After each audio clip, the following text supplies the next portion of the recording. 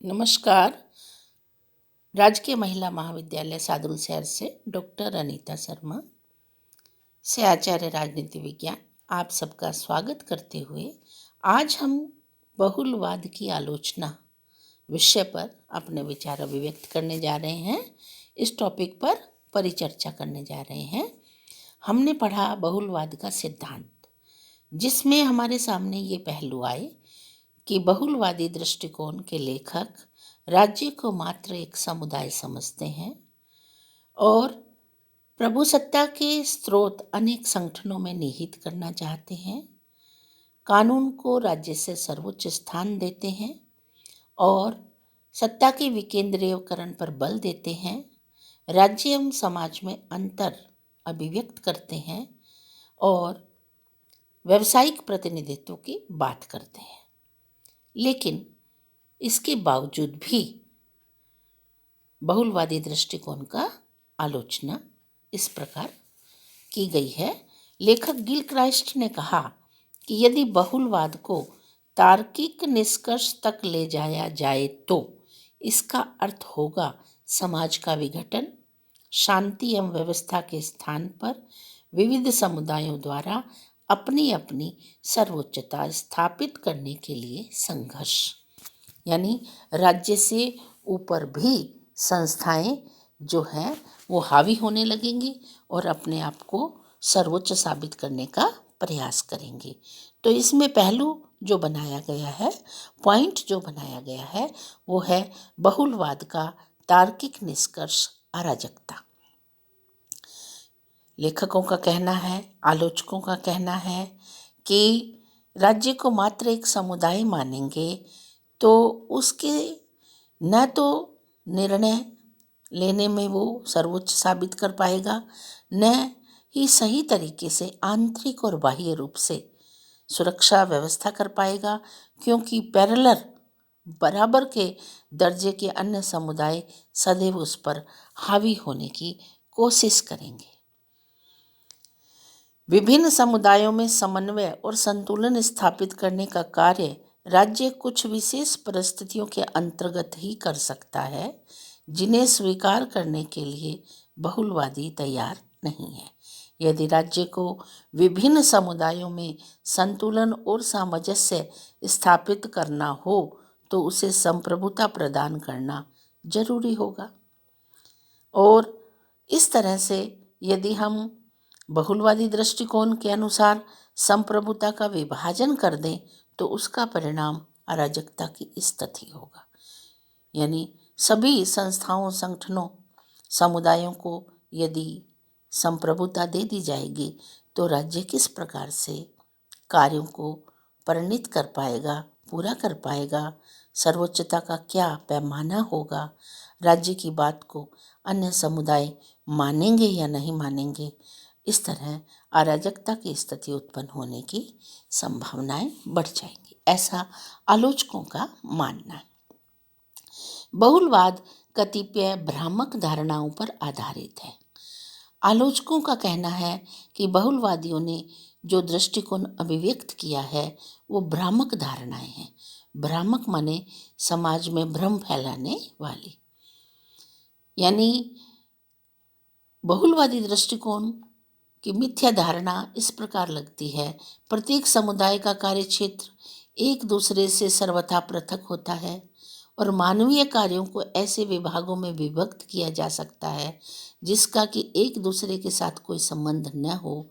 समाज के वर्तमान संगठन में विभिन्न हितों और आस्थाओं का पारस्परिक संघर्ष नितांत स्वाभाविक है। ऐसी स्थिति में यदि समाज में कोई अंतिम वैधानिक सत्ता न हो तो विभिन्न समुदायों के पारस्परिक संघर्ष के कारण एक अस्वस्थ वातावरण उत्पन्न हो जाएगा। आलोचकों के अनुसार यदि हम बहुलवादियों के द्वारा प्रतिपादित राजनैतिक संसद, आर्थिक संसद की सहप्रभुत्व की धारणा को भी स्वीकार कर लें तो भी स्थिति में सुधार नहीं होगा। कहने का तात्पर्य ये है कि समाज में अनेक तरह की ऐसी परिस्थितियां होती हैं जिसे संतुलित, व्यवस्थित, निर्देशित अनुशासित करने के लिए एक सर्वोच्च सत्ता का होना जरूरी है। यदि संप्रभु शक्ति को विभाजित कर दिया जाएगा तो समाज को कंट्रोल करने में या निर्णायक भूमिका अदा करने में राज्य अपनी सर्वोच्चता को साबित नहीं कर पाएगा। सभी समुदाय समान स्तर के नहीं। बहुलवादी विचारधारा के विरुद्ध एक महत्वपूर्ण तर्क यह भी है कि इस विचारधारा में समाज के सभी समुदायों को समान स्तर पर मान लिया गया। प्रत्येक समुदाय को राज्य के समान मान लेना बहुलवादियों की एक भारी भूल है। वास्तव में राज्य संस्था के अपने विशेष कार्यों के कारण उसकी स्थिति अन्य समुदायों से भिन्न और विशेष होती है। यानी राज्य को सभी के समान स्तर पर नहीं रखा जा सकता। राज्य एक सर्वोच्च संस्था के रूप में ही कार्य करे तभी समाज को व्यवस्था दी जा सकती है। प्रोफेसर गार्नर के शब्दों में विभिन्न श्रेणियों और वर्गों को और एक दूसरे से प्रतियोगी करने वाले समुदायों को उचित मर्यादा में रखने का कार्य करके राज्य एक महत्वपूर्ण सेवा करता है। उसके परस्पर विरोधी हितों का निपटारा करने, उसमें सामंजस्य स्थापित करने के लिए राज्य एक निर्णायक कार्य करता है। यानी राज्य की भूमिका एक महत्वपूर्ण भूमिका है और हम उसको सभी के समतुल्य नहीं रख सकते। बहुलवाद प्रभुत्व के काल्पनिक अद्वैतवादी शत्रु पर आक्रमण करता है। यानी बहुलवादी दृष्टिकोण जो है अद्वैतवादी दृष्टिकोण के आलोचना के आधार पर अपने सिद्धांत को हमारे समक्ष रखता है, लेकिन आलोचक कहते हैं कि हम केवल एक ही एंगल से किसी भी सिद्धांत और कार्यक्रम को लागू नहीं कर सकते। अनेक प्रकार से हमें ये देखना चाहिए कि सामाजिक, आर्थिक, प्रशासनिक, राजनैतिक, राष्ट्रीय, अंतर्राष्ट्रीय अनेक स्तरों पर डिसीजन कैसे होंगे, कार्य कैसे होंगे, व्यवस्थाएं कैसी होंगी, प्रतिनिधित्व किस प्रकार से होगा और सर्वोच्चता के आधार पर, निष्पक्षता के आधार पर, निर्णय के आधार पर एक राजनीतिक सत्ता यानी राज्य और सरकार का होना बहुत जरूरी है। कोकर के अनुसार इनमें से किसी भी लेखक का यह दावा नहीं था कि प्रभु सत्ता की अवज्ञा करना, उसको चुनौती देना, उसकी आलोचना करना, उसका विरोध करना यह अवश्यमेव अनैतिक, तर्कहीन, असामाजिक और अव्यावहारिक है। यानी लेखकों ने अपने ढंग से इसकी व्याख्या की और उन्होंने इस बात पर बल दिया कि राज्य बाद की अवस्था है, समाज प्रारंभिक अवस्था है और समाज का जो स्ट्रक्चर है संगठित और असंगठित समुदाय के रूप में, राज्य एक संगठित समुदाय के रूप में काम करता है। हम बहुलवादी दृष्टिकोण के आधार पर राज्य के साथ अन्य समुदायों को समानांतर स्थान देकर किसी भी प्रगति या किसी भी ध्येय को पूरा नहीं कर सकते। इसलिए हमें राज्य को एक संप्रभु संस्था के रूप में स्वीकार करना चाहिए। बहुलवाद अंतर्विरोधों से भरा पड़ा है। अंतर्विरोधों का मतलब है कि अंदर ही उसके इस तरह के विचार हैं जो मतों में एकता का अभाव है। वारकर ने कहा, राज्य को जीवन की एक सामान्य और सर्वांगपूर्ण योजना के रूप में आवश्यक रूप से समुदायों के साथ अपने दूसरे समुदायों के तथा समुदायों के अपने सदस्यों के संबंधों में सामंजस्य स्थापित करना चाहिए। लास्की ने भी अपने विचारों का व्यक्त करते हुए कहा कि कानूनी दृष्टि से कोई इसे अस्वीकार नहीं कर सकता कि प्रत्येक राज्य में कोई ऐसा अंग होता है जिसकी सत्ता असीम होती है। विभिन्न संस्थाओं में सरकार सबसे महत्वपूर्ण है। यानी इस बात को तो हमें स्वीकार करना ही चाहिए कि एक सर्वोच्च सत्ता संस्था के माध्यम से ही समाज को व्यवस्थाएं दी जा सकती हैं। लेखक ने कहा कि कोकर कहते हैं, यहाँ बहुलवादी दृष्टिकोण स्वयं ही अंतर्विरोधों से भरा हुआ है। इसका कारण ये है कि केवल अद्वैतवादी सिद्धांत की आलोचना को करने हेतु इन्होंने राज्य को संप्रभुता और विकेंद्रीकरण, संघात्मक शासन की जो बात की और व्यावसायिक प्रतिनिधित्व की बात की, और राज्य को अन्य समुदायों की भांति ही एक संस्था के रूप में कार्य करने की प्रेरणा दी, जिसे हम सही नहीं कह सकते। बहुलवादी व्यवस्था में व्यक्ति स्वतंत्र नहीं होता, ऐसा आलोचकों का मानना है।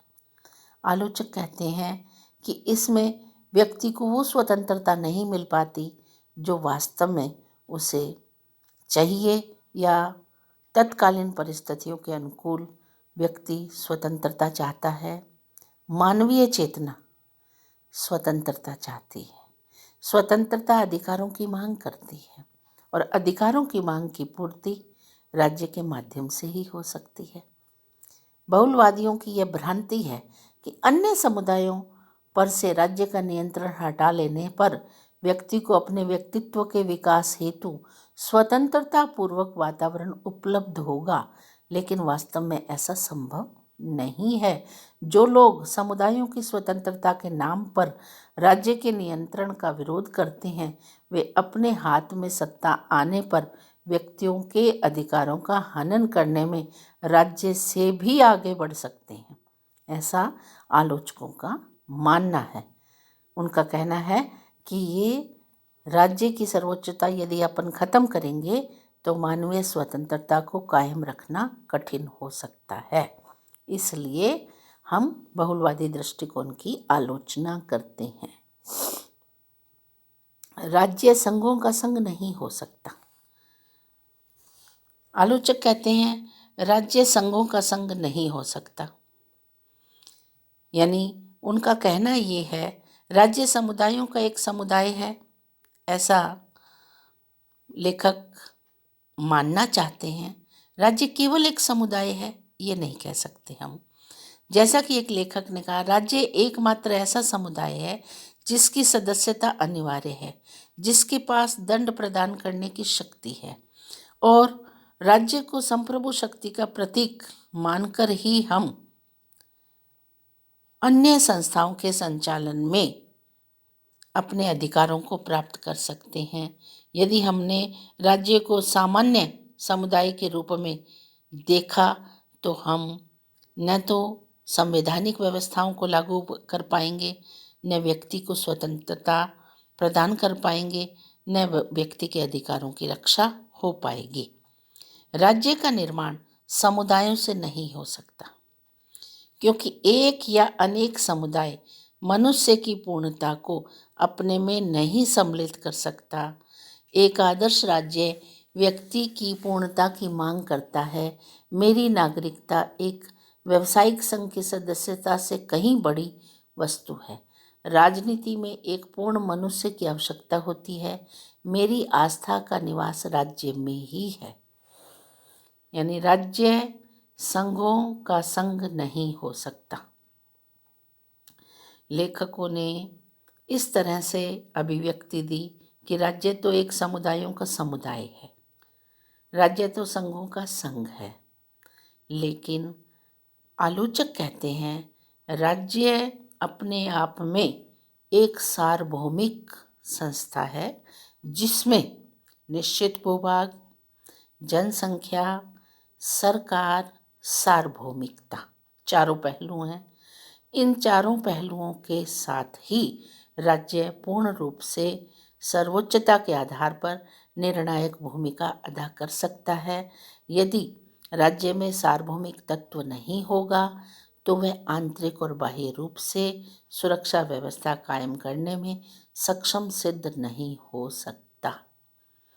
बहुलवाद देशभक्ति विरोधी है, ऐसा आलोचकों का मानना है। बहुलवादी दृष्टिकोण को यदि देखा जाए तो लेखक कहते हैं, आलोचक कहते हैं कि वो देशभक्ति विरोधी हैं। देशभक्ति विरोधी का मतलब है, यदि हम किसी संस्था को सर्वोच्चता प्रदान नहीं करेंगे, निर्णायक भूमिका देने के पक्ष में नहीं होंगे, उसे सार्वभौमिक रूप में स्वीकार करने को तैयार नहीं होंगे, तो ऐसी स्थिति में यदि आंतरिक अव्यवस्थाएं उत्पन्न होती है या बाह्य आक्रमण की संभावनाएं उत्पन्न होती हैं, तो उनका सामना करने में राज्य सफल सिद्ध नहीं होगा। और जब राज्य सफल सिद्ध नहीं होगा तो विदेशी या बाह्य ताकतें उस संस्था पर, उस देश पर, उस राज्य पर हावी होने की पूरी तरह से संभावनाएं बढ़ जाएंगी। इसलिए अंतर्राष्ट्रीय, राष्ट्रीय, अंतर्राज्यीय और राज्य की आंतरिक व्यवस्थाओं को कायम करने के लिए राज्य को सार्वभौमिक सत्ता के रूप में स्वीकार करना ही उचित होना चाहिए। बहुलवाद का कानून संबंधी विचार गलत है, ऐसा आलोचकों का मानना है। बहुलवादी कहते हैं कि कानून जो है वो अपने आप में राज्य के आदेश कानून नहीं होते, कानून राज्य से उच्चतर है, ऐसा बहुलवादियों ने अपने दृष्टिकोण में अभिव्यक्त किया। लेखक कहते हैं कि राज्य का आदेश मात्र होने से कोई नियम कानून के रूप में मान्य नहीं होता। बिल्कुल सत्य है, लेकिन सत्य ये भी है कि जहाँ आपातकालीन स्थिति उत्पन्न हो जाए, तुरंत कार्रवाई की मांग उत्पन्न हो जाए, संकट काल उत्पन्न हो जाए, तो उस परिस्थिति में यदि राज्य निर्णय नहीं ले पाएगा तो सुरक्षा व्यवस्था स्थापित करना बहुत कठिन हो सकता है। इसलिए राज्य एक सार्वभौमिक सत्ता के रूप में काम करे और उस पर मर्यादाएं, संवैधानिक प्रावधान लागू होने चाहिए और मर्यादित और संवैधानिक प्रावधानों के माध्यम से यदि आवश्यकता पड़े तो उसमें आंतरिक शक्तियां भी हों जो निर्णायक भूमिका को अदा कर उस स्थिति का सामना करने में सक्षम सिद्ध हो सके। अंतर्राष्ट्रीयता के आधार पर संप्रभुता का विरोध उचित नहीं है। अंतर्राष्ट्रीयता के आधार पर बहुलवादियों द्वारा संप्रभुता के सिद्धांत का विरोध करना उचित नहीं कहा जा सकता। यह सही है, राज्य को अंतर्राष्ट्रीय आचार व्यवहार और कानून का आदर करना चाहिए, लेकिन वैधानिक दृष्टि से राज्य इन सीमाओं का पालन करने के लिए बाध्य नहीं है। यदि जनमत अथवा नैतिकता के दबाव से राज्य उनका पालन भी करता है तो इससे उसकी संप्रभुता समाप्त नहीं हो जाती। वास्तविकता यही है कि सैद्धांतिक दृष्टि से राज्य की बाह्य संप्रभुता पूर्ण है, यद्यपि व्यवहार में उस पर कुछ प्रतिबंध है। बहुलवादी दृष्टिकोण के आधार पर हमने जो सिद्धांत और कार्यक्रम पढ़े, आलोचकों ने अपने आधार पर, अपने विचारों से, अपने तर्क से, अपने विवेक से, अपने तथ्यों के आधार पर उन्होंने इसकी आलोचना की। यानी कहने का तात्पर्य है कि दृष्टिकोण में व्यापकता जरूरी है ताकि हम वर्तमान समय और परिस्थितियों का सामना करने में सर्वोच्च सत्ता के निहित सिद्धांतों और कार्यक्रमों के आधार पर, निर्देशों के आधार पर समाज को सुरक्षित और संतुलित व्यवस्थाओं को स्थापित करने में सक्षम सिद्ध हो सके। नमस्कार, आज का हमारा टॉपिक यहाँ समाप्त होता है।